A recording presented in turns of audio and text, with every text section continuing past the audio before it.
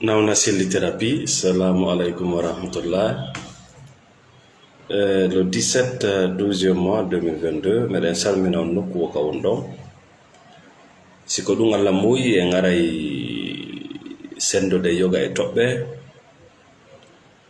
no tawa e majje nde bana adama wawata andude diina Allah kan e diina yimɓe ɓe.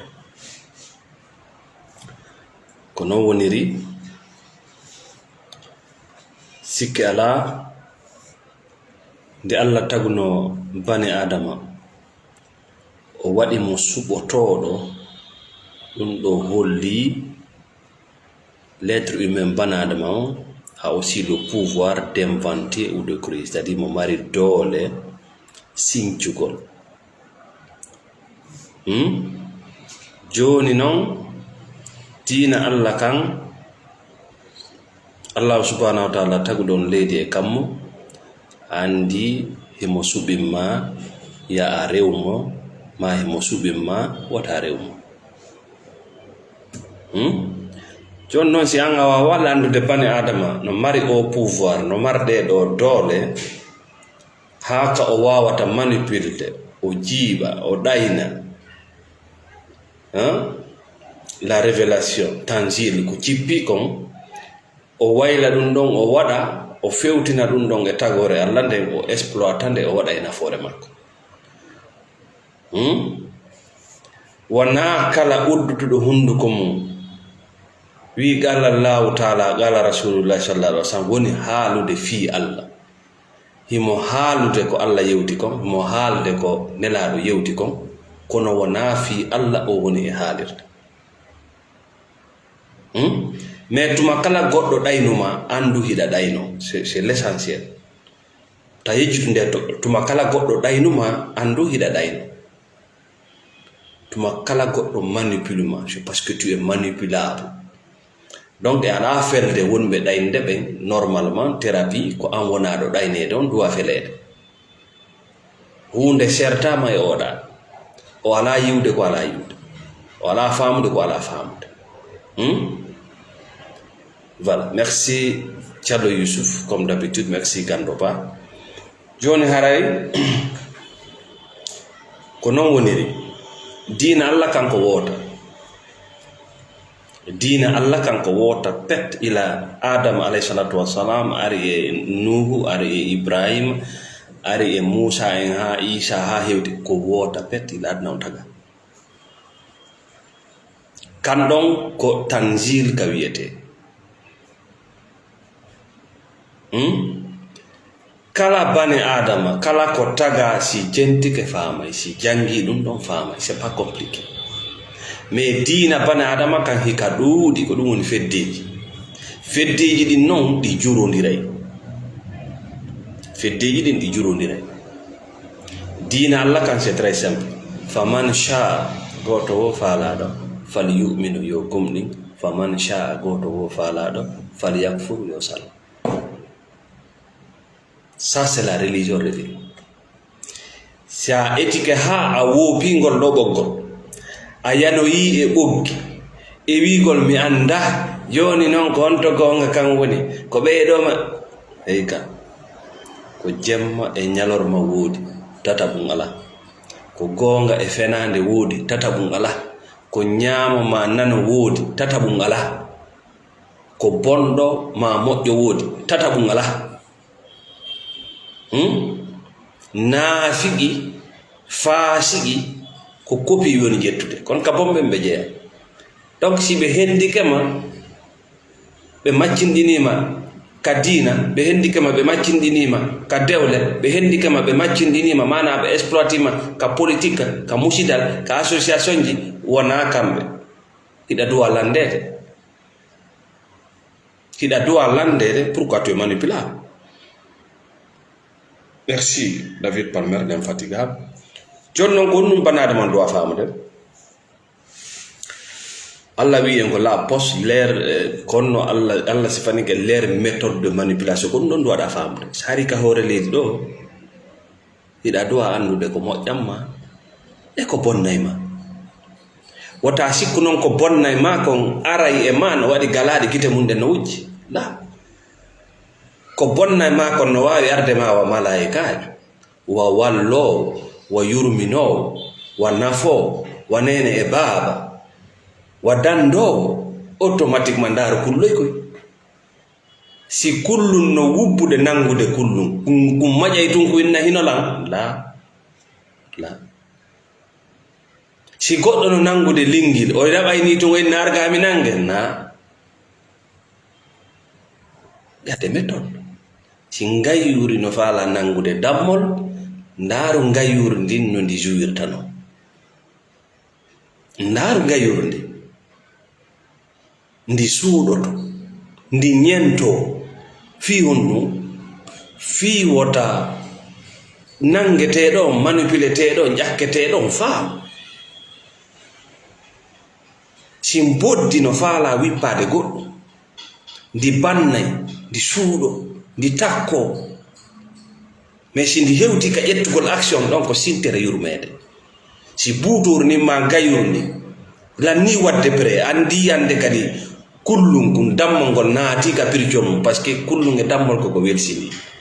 kala ko ñamata huɗo koko welsini oui kala ko ñamata huɗo koko welsini kala ko ñamata huɗo koko welsini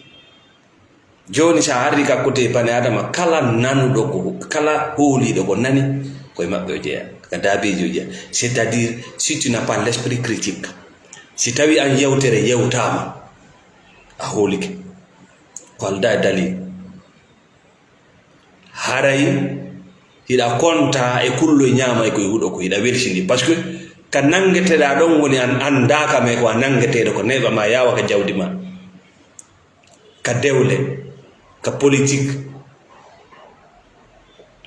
ka ɗaɓɓere jawdi ko a nangeteɗo fi honɗum hiɗa welsini ko ɗum waɗma welsindiɗo kala ko nanda eɗa hooli si ɓe inni ɗo société de jeu pyramidal naati ka leydi ɓe wadde tombolaji maɓɓe ko homɓe nangete ko ñama ɓe huɗo nangete si ɓe inni kam ko batinijo ari e saare o hoyɗay koode temdere nder jamma goto ko homɓe nangete ɗon ko nayi homɓe ƴakkete ko yimɓe welsidiɓe ñama ɓe huɗo par ce que ɓe hooli si wiyama goɗɗo no mutini koyngal goɗɗo ko homɓe wona nangede ɓaawo ngal koyngal mutinede ko ñama ɓe huɗo ɓenni o pasteur jo immintina e fureji ko homɓe nangete ko ñama ɓe huɗo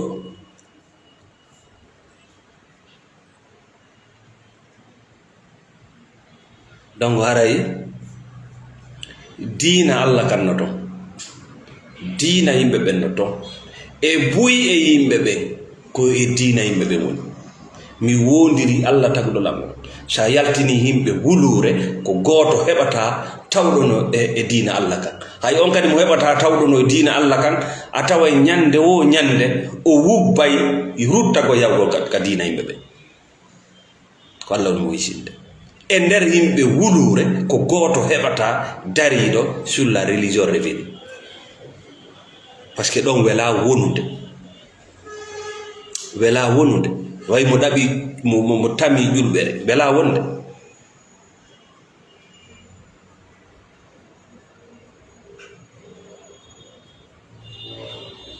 parce que ɗon c'est la liberté wona feddete beaucoup se trompe aussi e nder diinaji yimɓe ɓen ya la religion ou les religions d'état wodi diinaji laamateri ji ɗin ɗaɓɓita e diina ko hiwata laamu maɓɓe ngu ko hiwata leydi maɓɓe ndi ko ɓuttinta hakkunde yimɓe ɓe ça c'est pas la religion de Dieu yumma ma e ɓemma ɗaɓɓitana e hoore mum diina honɗum diina tawɗum a luttay wonde ɗoftiɗo maɓɓe wi'itiɗo kanko ko o moccoro ko jinna o raɗoto o yahay o naata ka nder Qur'ana o ɗaɓɓita ton ma ka hadisije o ɗaɓɓita ton ko wawata yaadude e ko o jokki kam o ɗanninira ɗum arowo ka makko misal hidu e moccowo bondo ko ɓuri hewde ko a nana himo mema hadisaji ɗi ala dalili fus mais ça l'arrange ko ɗum woni jogagol esprit critique ko ndu waɗi o no wiide lan hay nelaɗo alayhi salatu wasalam billano il a quel intérêt avec ça parce que min wona ka diina Allah mi woni kaka diina yimɓe ɓe mi woni ko ɗum waɗi il me manipule ko Allah wonɗa rewde ka ko nelaɗo ɓay o andi ko nelaɗo wonɗa rewde c'est ton Dieu donc ko ɗon o jogoto. Merci mon frère Mamadou. O andi ko nelaɗo wonɗa rewde wona Allah wonɗa rewde a nani ha hande mbilejo a nani ha hande moccowo a nani ha hande batinijo no inna Allah no billa a nani ɗum ha hande a nani ha hande moccowo no ɗanninirama wiya mbileɓe ɓe billino Allah parce que mo andi wona Allah wonɗa rewde ɓay mo andi ko nelaɗo woni Allah ma on automatiquement o inna Allah ma on billano donc si Allah ma on foolano hombo fooli ɓe ko mbileɓe ɓe donc hankadi ɓe fooɗima ko kanko woni le sauveur. Donc ils vont créer d'abord la peur ko ɗum Allah wi en innama zalikum shaytan yukhawwifu awliya'ahu fala takhafu wa khafuni. Voilà technique de travail maɓɓe fof ko kulol ko hulɓingol so ɓe inni shaytan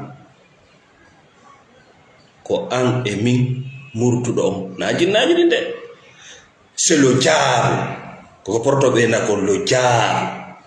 le démon ko bani adama nani ko bani adama wano an e min gite ɗiɗi hunduko kinal noppi bani adama ko woni golle maɓɓe ko kulol donc technique maɓɓe on ko kulol kamɓe ceux qui adhèrent à leur religion kala naatayɓe ka association ji maɓɓe kala naatayɓe ka feddeji maɓɓe ko woni golle maɓɓe ko hulɓingol ɗon hiɓe andi si ɓe contrôle kulol mangol ɓe contrôle jawdi mande tamma o ɓiɓɓe maɓe rewɓe maɓe yiɓe andi ɗum kamɓe yiɓe andi on secret yiɓe andi secret on parce que yiɓe andi Allah subhanahu wa taala taguɗo leydi e kammo yiɓe andi ko honno Allah woni gollirde donc de fait que Allah ne jonni ɓe le choix ils ont le pouvoir aussi d'inventer et de créer ɓe yaha ɓe ñembintina ko Allah waɗata kon ɓe nange. Oui, c'est parallèle. La religion de Dieu et la religion de l'homme, c'est paranoïade. No heewi ko nanirtaɓe inde Allah hiɓe woɗɗi Allah, no heewi ko nanirtaɓe inde nelaɗo hiɓe woɗɗi nelaɗo. C'est juste pour leur intérêt égoïste ko fapno.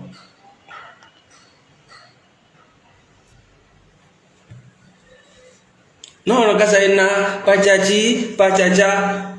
ila nyande la religion révélée kippina ikra wiya ikra ha nyande wiya hande dina kan katimmi anani inde fedde Allah. Islam c'est l'islam ko mofte gote konde tuma nanta inde fedde ko bay nyami ari baytul mal islam fuɗɗi keɓde banque islamique gouvernorat fuɗɗama sendede position fuɗɗama sendede o kala wi ko menen ɓuri ɓattade ko menen woni donc raɓɓiningol yewtere cheytan le démon sa seule force c'est la peur donc ittu kulol e ma ngol kulol wongol e ma simi waɗali ɗum ɓe jaɓatalan ɓe surrata si ɓe surralma hajma si ɓe surralma goɗɗo gol surrete ɓurɓe moƴƴude ka hoore leydi ɗo tawete surrugol si ɓe arali hajma ɓe fawtinima si ɓe ittinalma ɓe fawtinima sont des vrais cannibales sa nani la sorcellerie c'est ça ko ɗum woni ñanne leur seule force c'est la peur. les menaces ɓe hulɓinay kamɓe ɓe hulɓinay nde ɓe annduno wona Allah wonda rewde ɓe anndi wona Allah wonda rewde donc ɓe créane allaji ɗin ɗon noon allaji ɗi ñaama ɗi yara ɗi waala to ɗi yaha e urgo donc tu vas payer la facture sa rewi Allah ñaamowo tu vas payer sa rewi Allah yahowo hurgo tu vas payer parce que hurgo ngon ngo widete sa rewi Allah ɗanotoɗo tu vas payer parce que si o ɗani ke be goɗɗo aynamo sa rewi Allahu ñaamay ndu yaray ndu tu vas payer o no rewde o yoɓata ɗum waɗi si Allah inni wota huluɓe fala takhafum wota huluɓe wa khafuni hula min in kuntum mu'minina si tawiɗa gomnin fi hon ɗum min mi ñamata mi yarata sakko mi yoɓine facture tu ne manges pas il dort pas rew Allah mo ñamata yarata ala ɓengure wala famille wala ɓikkoy wala ko yoɓante école fi wota yoɓu facture ɓe andi sa yaari ton c'est la libération ɓe jaɓata ɓe nodda kadi e inde on Allahjo ɓe nodda inde on annabajo ɓe nodde ka diina maɓɓe ko andirta noon a naati e diina yimɓe ɓen ko tuma ɓe fuɗɗi jurodirde ko ɗo anta naafi Allah wi tuma wonɓe noddude inde Allah inde nela fuɗɗi jurodirde hakkundeji maɓɓe anday ko an woni nagge ko on ɗum woni wasi ɓe jurodirde c'est pour occuper le territoire parce qu'il y a un territoire rempli des moutons ñamoɓe huuɗo ko fimomɓe ori pirde donc la seule solution c'est la libération konno noon yaltirta e ngo maccagaku konno yaltirta e o maccagaku c'est des informations claires sur la religion révélée ko fof non parce que si laaɓani goɗɗo suɓagol sattata si laaɓani goɗɗo suɓagol sattata ko waɗi suɓagol no sattani en laaɓana en sommes dans la confusion totale c'est quoi Dieu c'est quoi la religion kono noon laaɓiranayma koya andu ko tagiranaɗa fi mum ko ganda taguɗo ma ko tagiraɗa fi mum kon ko fi ibada ko fi dewal kadi ko fi maccangako Allah tagirma sa jaɓi ngum maccangako ɗon tu ne payes rien tu gagnes tout sa jaɓi maccangako Allah ngu ko marɗo wonma maccindir ko ngala wonma maccindir wona weelaɗo na maayo c'est que kanko maccengako yagal makkungal c'est toi le gagnant jon noon ko ya eto si a faamade wonugol Abdullah si ɗon a woobi a wona e Abdul bani Adam a wona e maccuɗo yumma ma bemma kram ko ma lamɓe bandi salte kram ko batini organisé ɓe association ji metta wurnaɓe yimɓe hoggoji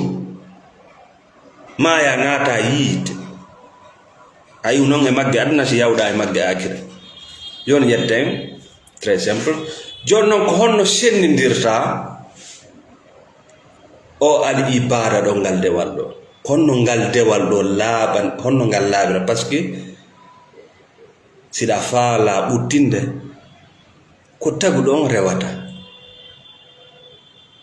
miijiti goɗɗo no jogii ngesa goɗɗo no jogii ngesa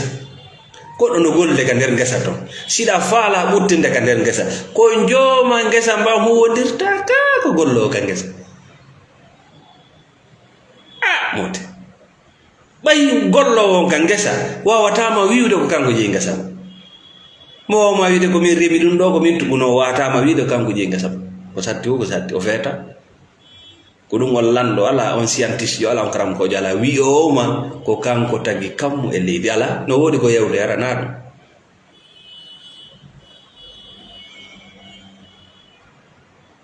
donc haray aranum ɗum ko a eto ibada tawhid ma on laaɓa ko onno o laaɓirta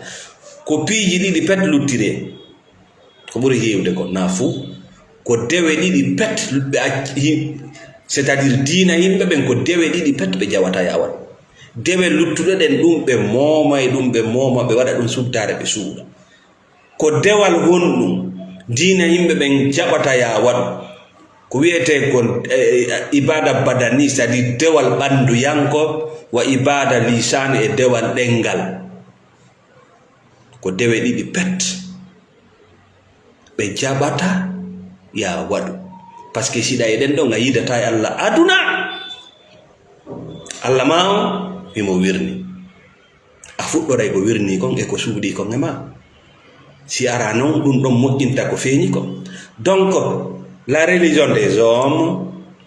n'accepte que les deux adorations corporelles et la langue. Diina yimɓe ɓen ko ɗiɗi pet ɓe accantama ko ɗon ɓe jonnayma grade ko ɗon ɓe jonnayma diplôme ko ɗon ɓe jonnayma inde ko ɗon ɓe waccayma ko ɗon ɓe nadayma aljanna maɓɓe on non c'est du faux, ça n'existe pas.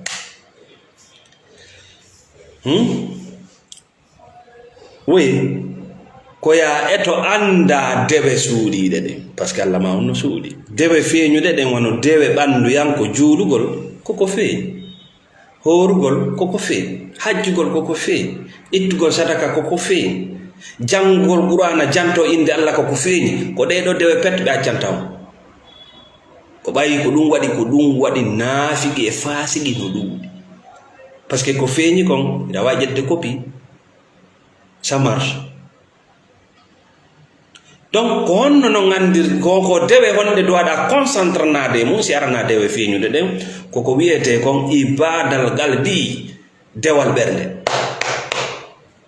ga ko tawata ko huyre si tawi ko wosi innama galbi nande ɓernde pompayde ƴiiƴam kaka anniyeji ma ɗi iwata ton ka miijoji ma moƴƴi ɗi iwata ton ma miijoji bonni ɗi iwata ton c'est le cœur spirituel nande huyre diwde ƴakkoton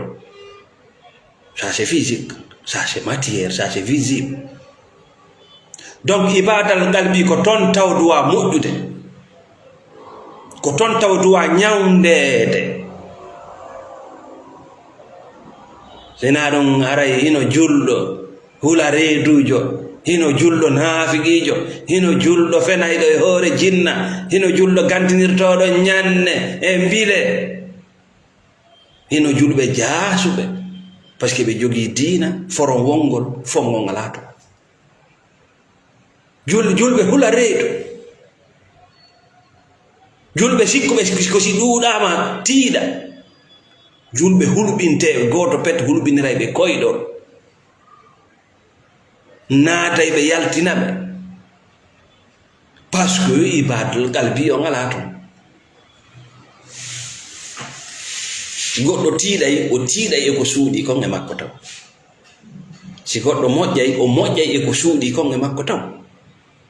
sa yi suudu no darne hindu laba yaw ndaara plan mayɗo a tawa jaka ko ton moƴƴina sa yi bana adama huwodiri e makko huwodiral ngal labama ndaaro ka neydi makko newɓe mo ɓen no e ne'irano ɗum ɗon gayyata e kene ko suuɗi kon manifestade. Donc dans la religion des hommes ko ɗiɗi pet ɓe accani o ibadul badani wa lisan dewal ɓandu yanko e dewal ɗengal ko ɗum moyiɗa o ña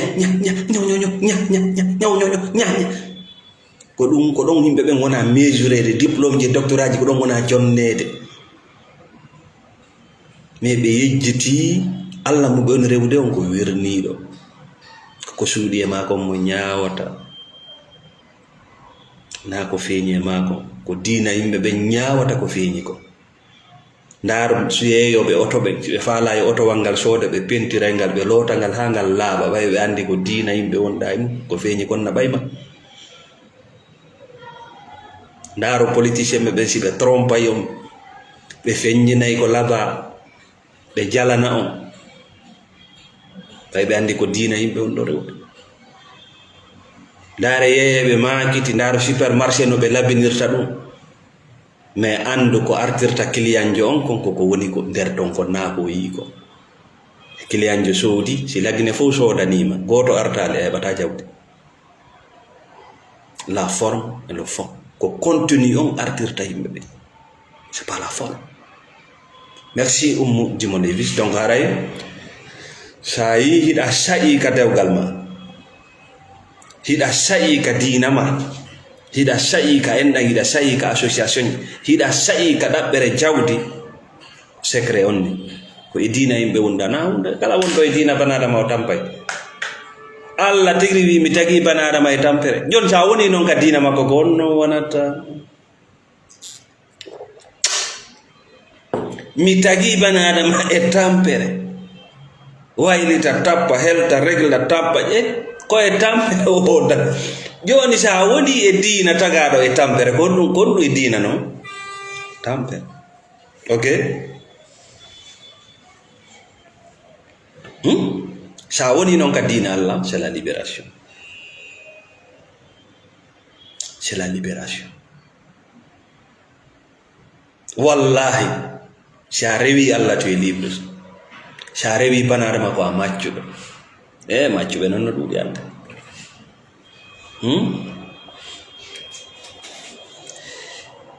Dewal gono ton kadi ibada gono ton ka dewal gono ton kadi wiyetengal dewal nafsi. Oyi ngal ɗo kadi no suuɗi. Spiritualité on ko ɗo woni dewal nafsi, c'est-à-dire ko nde a jaɓata toñude wonkimmaki. No wondirta yimɓe ɓen, no woodi ko suuɗi e ma ka nafsi, no wondirta jikkuji maɗum. Nature ma moƴƴinamo, réglamo point, hakkunde ma e Allah laaɓa point. Ta ɓisi ɗon hay malaikajo, ta ɓisi ɗon annabajo de, hakkunde ma e Allah ɓay nde o frappayno ɓandu ma ndu, nde o sorayno o landaki woto, o landaki goɗɗo, gite couleur maɗen ko ɗum o waɗata, sukunu ma ɗum couleur hun, koyɗe maɗen ko honno ɗe juuta, jundi mesure ma on ɗum o landanoki goɗɗo. Angkawine kandetuma labi, kandetuma mi jambata, kandenyenye. Nyama e huɗo, a ñaami huɗo ɓe ñamete, ñaamo huɗo ko welsindiɗo, ko holiɗo kala ko haalana. Mutini tuba ñaami kaari, lampi ko gonga, ñama e huɗo, ɓe hawra e ma ko neɓa ma yawa. Ino toon dewal wiyetengal ibadul maali, ha ɗo noon kadi ko golle de, ɗum ɗo noon fayda ala telenga men ga duuɗa. Goɗɗo maccinɗe nan ɗon Allah ha ka tawata ka dewal makko himo tawnori ɗum ɗon ɗaɓɓere ka ɗaɓɓere jawdi makko.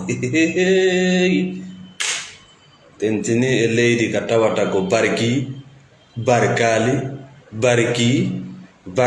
woni slogan ɗo noon drapeau. Ndi jawdi diyata yiɗa rewa Allah e may ko kanko inniya ittu zakka, kanko inniya hajju, kanko inniya tokku enɗam, kanko inniya danko hoorema, a danko ɓengure mande, kanko inni kadi e nder ko ɗaɓɓata ndiɗo jawdi halalanta yiiba. Golle naati ibadal mal halal, wosa ɗaɓɓa jawdi halal. Ko non halal koko Allah wi kon ɗum ɗo no dagi, na ko yimɓe ɓe wi kon de ko shar'ina ko o wattoy ɗon on no tayiba ko laaɓi. Goɗɗum kadi no wona halal me tawa laaɓa, goɗɗum no laaɓa tawana halal. Ɗiɗi kala condition ji ɗin ɗiɗi kala aray a ɗo kadi a hoya.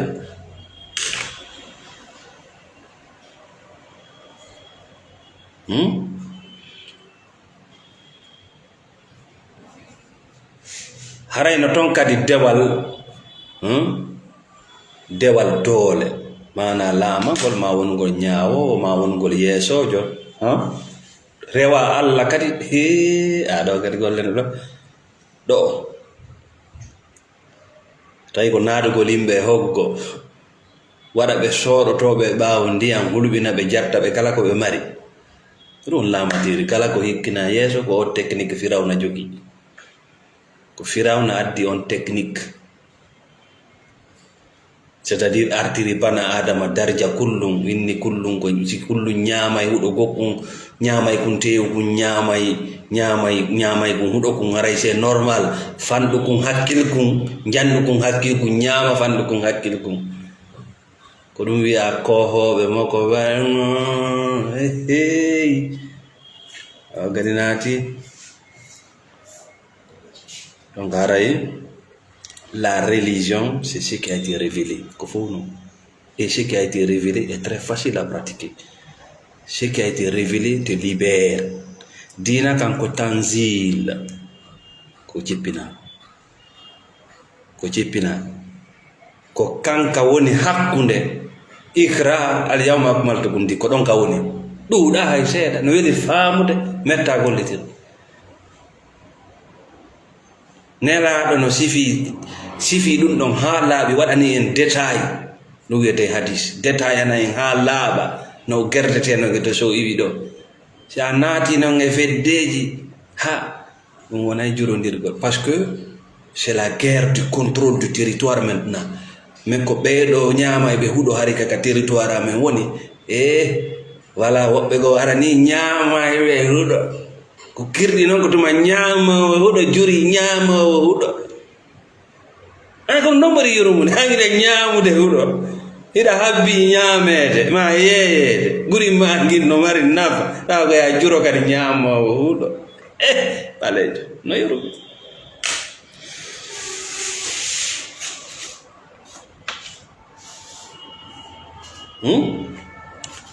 ko wiyete kon islam kon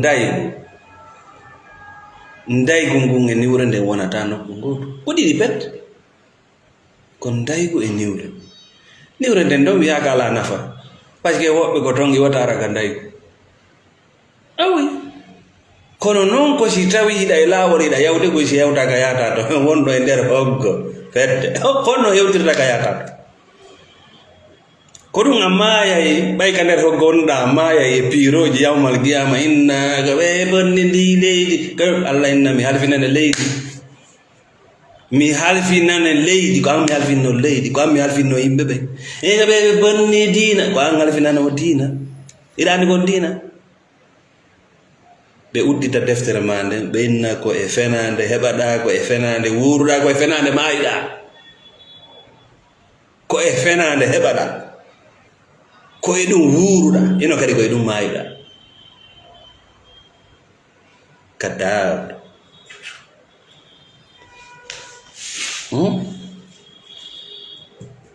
ko ɗum woni goonga kan islam ko laawol majjere kadi ko laawol so ari kaɗata jele e turnugol ɗon turnito ko ŋaaño gamba waɗi ɗum naat a yehi par ce que laawol islam ngo goɗɗon no focci ngon naɓete ha tawya Allah subhanahu wa taala ka makko go yiwɗa laawol fenane nden na laawol de no pentira noon a wobba a fokkite tun naata e groupe um pensan a naati e fedde pensan ɓe fermi hande kadi sa foofay koyo eɓɓe sa ŋaañoto ko goɗɗo eɓɓata an woni sewe sa wattoto ko goɗɗo eɓɓanayma tu ne seras jamais libre si tu n'as pas l'esprit critique ko be heɓa esprit critique arana critique gol goɗɗo yawomo ma jasinamo mais non ko innugol ɗi yewteriji ɗo no yewtude il a quel intérêt de me dire ça oui ono haala fi zakka ono haala tun inde zakka darne julirdaji waɗe ɗum il a est ce qu'il n'a pas un intérêt avec ces zakat ono haala nelaɗo billano est ce qu'il n'a pas un intérêt fi min yomi hoolo ɗen penale ambo billo nelaɗo no kir ça fait pitié so anda kange alannoto si anda fi kange alannoto si yona e kiri nelaɗo e mbilejo la ilaha illallah ko wiyete ko mbile ko fenade si ndaygu ngun ari ɓe yahay kon wadi sidi jillondiri mabbe do ko way ko fenande wona en walla ka der gallemo si goto pet naati di tonge tawhid mo fenande mo bay oba arade na tawhid nyoso nyaasa gogo tawhid no jodi da goddo no mocca no mbiɗa janga wonon no wari tawhid no hala penale Vambe benna jagginan gite ay be nyanya woko amari tawhid tina ya hebi ko wiete kon tawhid ya ina Allah goto tawdo lede kam mo lale mer tay ko gango jogda sanati galle mo wondo ton joggudo fenande mo wiiray o wiiray wabana few no battondirta no e wad niwre ne nder chambre hubbini ampulma ayita niwrende kono dannini mo kadi aray gisa goddum tawtindirta e goddum c'est incompatible ndiyam yite tawtindirta goddum jaay ko enen nawi nanyi onu nyeñi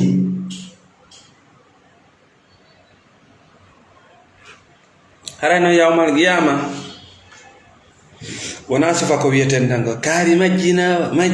e ko majjina kaari ka no yawmal qiyama ko Allah gon Allah no yide si tawi ko a majjudo ko a majjunodo wallahi ko a majjino wonki maki personne n'a le pouvoir de ça fewnugol ma majjin dum go dayini cikkube no ayni diina chomo jama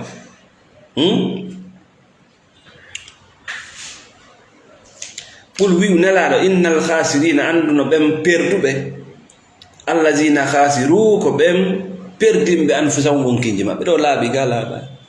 wiyaali de ko ɓen ɓeɓeya perdini fo aya naatini gangani men feera gangani men ñaana gangani men ñoñoño si tawi a majji ko golle ma. Oui, c'est ça la responsabilité ko ɗum woni jaɓata ko ɗum non woni perdi ɓurɗi hulɓinade ko tuma yawɗa ka kaso procureur jom wi'uma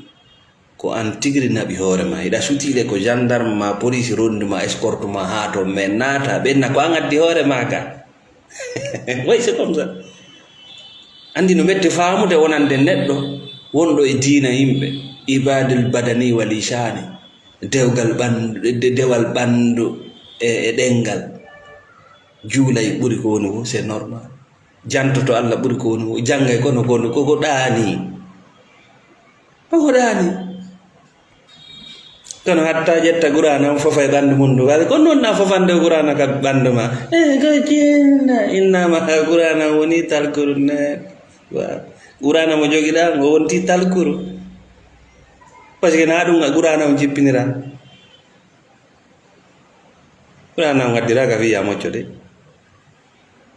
c'est pour te conscientiser ko fiya andu sa naati ka nder kaso ɗo ya wiide gendarme jan waɗilan ni police jan waɗilan ni wullitiɗo yam an waɗilan ni inna ko min gaddi ɗo hoore am sona ɗum arta joni kadi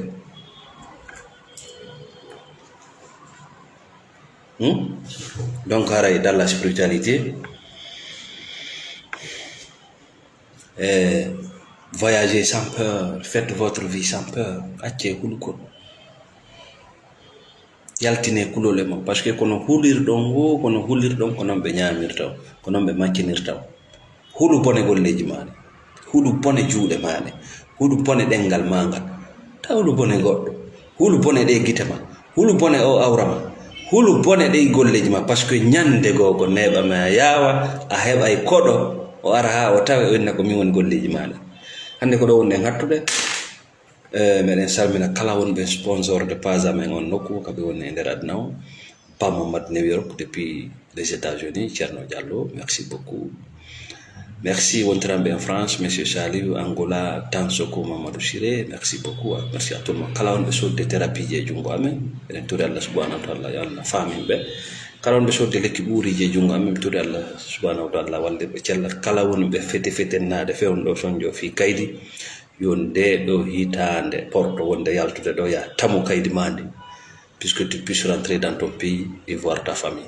Merci, salam alaikum.